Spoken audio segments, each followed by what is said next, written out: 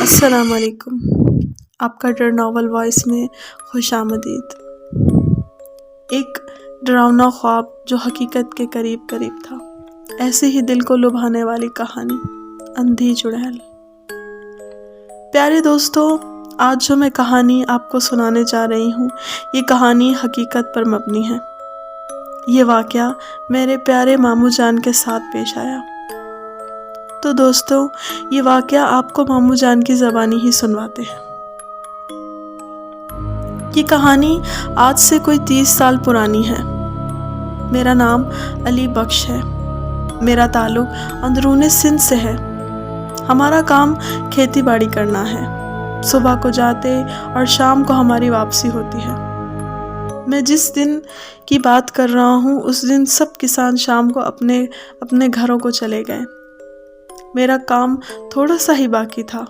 میں نے سوچا 10-15 منٹ ہو جائے گا مزید تو میں یہ کام کر لوں گا اور کام کر کے پھر گھر چلا جاؤں گا۔ ابھی مجھے کام کرتے ہوئے 5 سے 6 منٹ ہی گزرے ہوں گے کہ کھیتوں میں کسی کی موجودگی کا احساس ہوا۔ یوں محسوس ہوا جیسے مجھے کوئی دیکھ رہا ہے، کسی کی نظریں میرا تعاقب کر رہی ہیں۔ اور یہ احساس ہوتے ہی میں نے ادھر ادھر دیکھا اور میں گھبرا گیا۔ گھبراہٹ کا احساس تب مزید بڑھا جب جھاڑیوں میں سے ہلچل کی آواز ہوئی۔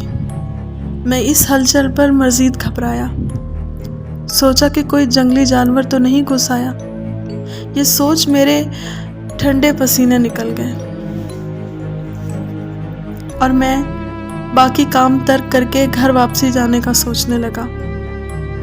مگر پھر مجھے اچانک پائلوں کی چھن چھن کی آوازیں سنائی دینے لگی تو خوف سے میری کھکلی بند گئی۔ یوں محسوس ہوا جیسے جھاڑیوں میں کوئی تیز رفتار سے بھاگ رہا ہو، اور اس کی سانسیں مجھے مزید تیز سنائی دینے لگی۔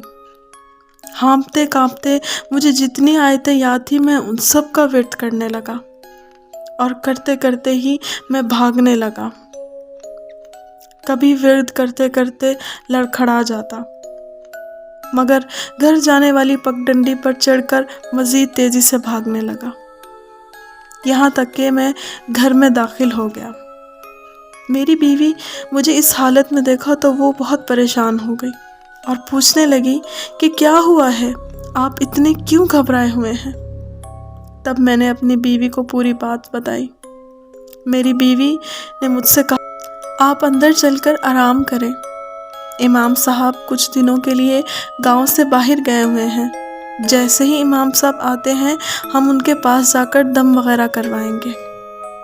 دوسرے دن میں خوف کے مارے مجھے تیز بخار ہو گیا اور میں کھیتوں پر پانی لگانے نہیں گیا، کیونکہ میری ہمت بھی نہیں ہو رہی تھی۔ میں نے گھر میں رہ کر جو کام کرنے والے تھے وہ کام کیے۔ دوپہر کے وقت کھانا کھانے کے بعد سوچا کہ کچھ دیر اور آرام کر لوں۔ یہ سوچ کر میں اٹھا اور اپنے کمرے کی طرف جانے لگا۔ جیسے ہی نیچے زمین کی طرف دیکھا تو مجھے کچھ پیسے گرے ہوئے نظر آئے۔ میں حیران ہو گیا اور میں نے اپنی بیوی کو آواز لگائی کہ تمہارے کچھ پیسے گرے ہیں، دیکھو تو یہ تمہارے ہی ہیں نا؟ تو اس نے کہا، نہیں، میرے پاس تو اتنے پیسے ہی نہیں جو میں گراتی پھروں۔ میں نے حیرانگی سے کہا، تو یہ پھر کس کے پیسے ہیں؟ میری بیوی نے جواب دیا، دیکھ لیں کہیں آپ نے خود ہی نہ گرا دیا ہوں۔ میں یہ سن کر خاموش ہو گیا اور پیسے اٹھا کر اپنی جیب میں رکھ لیے۔ مجھے گھر میں بھی ایسے محسوس ہوتا رہا جیسے کسی کی نظریں مجھے مسلسل دیکھ رہی ہیں۔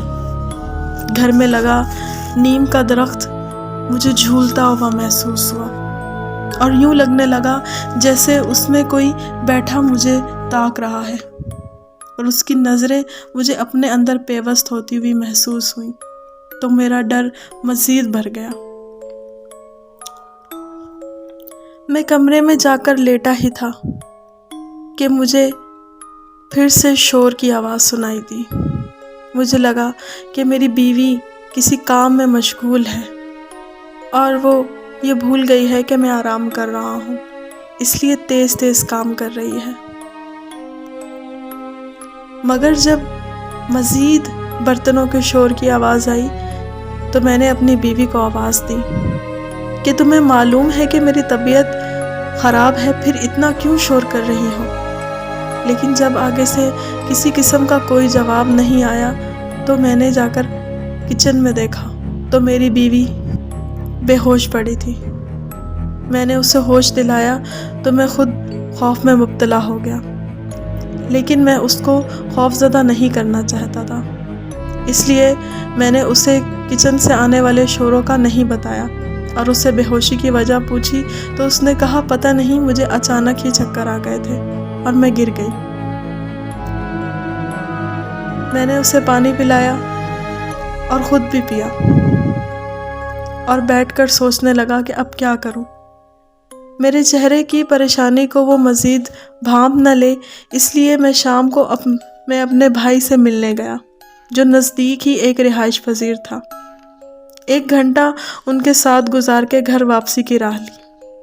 بھائی نے تو بہت زور لگایا کہ کھانا کھا کر جانا، پر میں نے اسے یہ کہہ کر چپ کروا دیا کہ تمہاری بھابھی میرا کھانے پر انتظار کر رہی ہوگی، وہ میرے بغیر کھانا نہیں کھاتی۔ میں اور واپس اپنے گھر آ گیا۔ آتے ہی اپنی بیوی سے کہا کہ کھانا لگا لو، بہت زوروں کی بھوک لگی ہے۔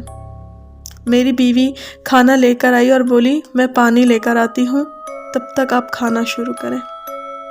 وہ پانی لینے گئی، میں کھانا شروع کیا۔ جیسے ہی میں نے روٹی اور سالن کی طرف دیکھا تو میں حیران رہ گیا، کیونکہ سالن چکن کا تھا، جبکہ میں چکن تو لے کر ہی نہیں آیا تھا۔ میں نے اپنی بیوی کو آواز دی اور کہا کہ آج سالن میں کیا بنایا ہے؟ تو اس نے کہا آپ کے سامنے ہی تو ہے، تو پھر کیوں پوچھ رہے ہیں؟ میں نے کہا پھر بھی بتاؤ تو صحیح۔ میری بات سن کر وہ ہنسنے لگی اور ہنستے ہوئے اس نے بتایا کہ پالک بنائی ہے۔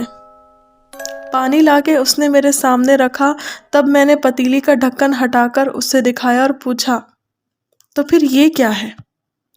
چکن کا سالن دیکھ کر میری بیوی حیران و پریشان ہو گئی۔ یہ سالن کہاں سے آیا آپ کے پاس؟ مجھے تو خود نہیں پتا۔ ہاں، اسی لیے تو تم سے پوچھ رہا تھا۔ وہ پریشان ہو کر بولی آپ امام صاحب کا پتہ کروائیں کہ کب تک آئیں گے۔ اچھا، تم پریشان مت ہو، میں پتہ کرواتا ہوں۔ خوف تو میرے دل میں بھی مزید بڑھ گیا تھا کہ کبھی پیسوں کا ملنا، کبھی گھر میں کسی کی موجودگی، کبھی برتنوں کا شور اور کبھی کسی کی نظریں جسم کے آر پار ہوتے ہوئے محسوس ہونا۔ یہ سب باتیں کسی غیر مرئی طاقت کا احساس دلاتی تھی، مگر میں خاموش ہو گیا اور اپنی بیوی سے مزید ذکر نہیں کیا، کہیں وہ اکیلے میں ڈر نہ جائے۔ میں امام صاحب کے گھر گیا اور امام صاحب کے بارے میں پوچھا تو امام صاحب کے گھر والوں نے کہا کہ وہ کل تک آ جائیں گے۔ دوسرے دن مجھے شہر جانا پڑا کیونکہ گھر کے لیے کچھ ضروری سامان لینا تھا۔ میری کوشش تھی کہ میں شام ہونے سے پہلے ہی گھر پہنچوں، لیکن پھر بھی مجھے شام ہو گئی۔ اب پریشان کھڑا سوچنے لگا کہ اب کیا کروں، تو میرے کاندھے پر پیچھے سے کسی نے ہاتھ رکھا اور میں ڈر گیا۔ علی بخش، کیا ہوا ہے؟ کیوں پریشان ہو؟ امام صاحب، آپ کب آئے؟ میں نے آواز کی طرف فوراً پلٹ کر دیکھا اور لڑکھڑاتی آواز میں کہا امام صاحب آپ؟ تو امام صاحب وہاں کھڑے تھے۔ میں تو صبح ہی آ گیا تھا، میرے گھر والوں نے بتایا تھا کہ تم میرا ہی پوچھ رہے تھے۔ علی بخش، کیا ہوا ہے؟ کیا پریشانی ہے؟ تب میں نے امام صاحب کو ساری بات تفصیلاً بتائی۔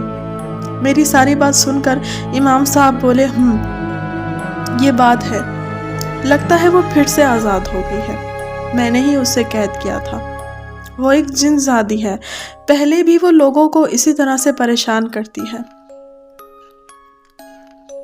تب میں نے اسے قید کر دیا تھا۔ اب شاید وہ آزاد ہو کر تمہیں پریشان کرنے لگی ہے۔ چلو میرے ساتھ، میں تمہیں کچھ دعائیں بتاتا ہوں، تم ان کا ورد کرنا۔ تم میرے آگے چلو، میں تمہارے پیچھے چلوں گا، حصار قائم کروں گا۔ ہم کل گاؤں جانے والی سڑکوں پر بھی وظیفہ کرتے جائیں گے اور کھیتوں پر بھی، اور آج ہم چلتے چلتے وظیفہ کرتے ہیں۔ گاؤں جانے والی پگڈنڈی پر چلنے لگے۔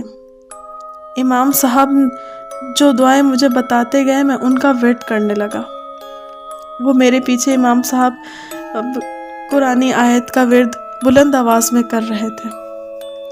ہم دونوں نے چیخنے اور چلانے کی آوازیں آس پاس کے کھیتوں سے سنی، اور تیز سنسناہٹ کی آواز ہمارے پاس سے ہوئی۔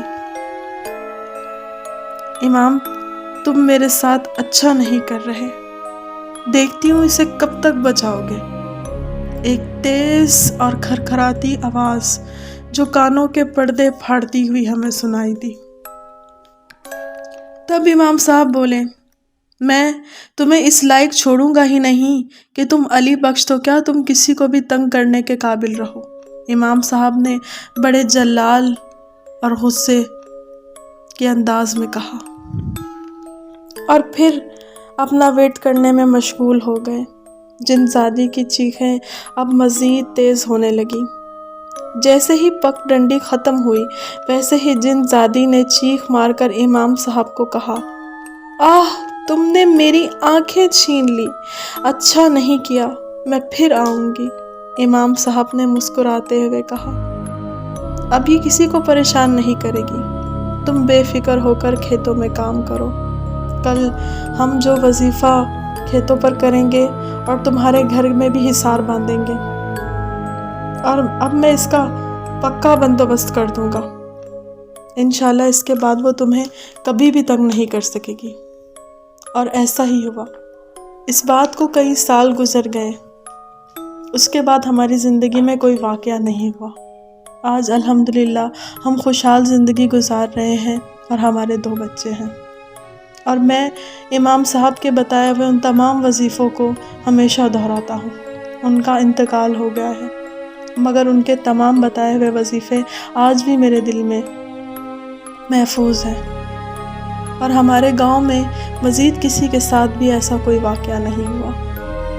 وہ چڑھیل اندھی ہو گئی، مگر کبھی کبھی جب میں ورد کرنا بھول جاؤں تو مجھے اس کی آنکھیں خود میں بے وسط ہوتی ہوئی محسوس ہوتی ہیں، تو میں فوراً ورد شروع کر دیتا ہوں اور اللہ کا شکر ادا کرتا ہوں کہ دوبارہ ہماری زندگیوں میں ایسا کچھ نہیں ہوا۔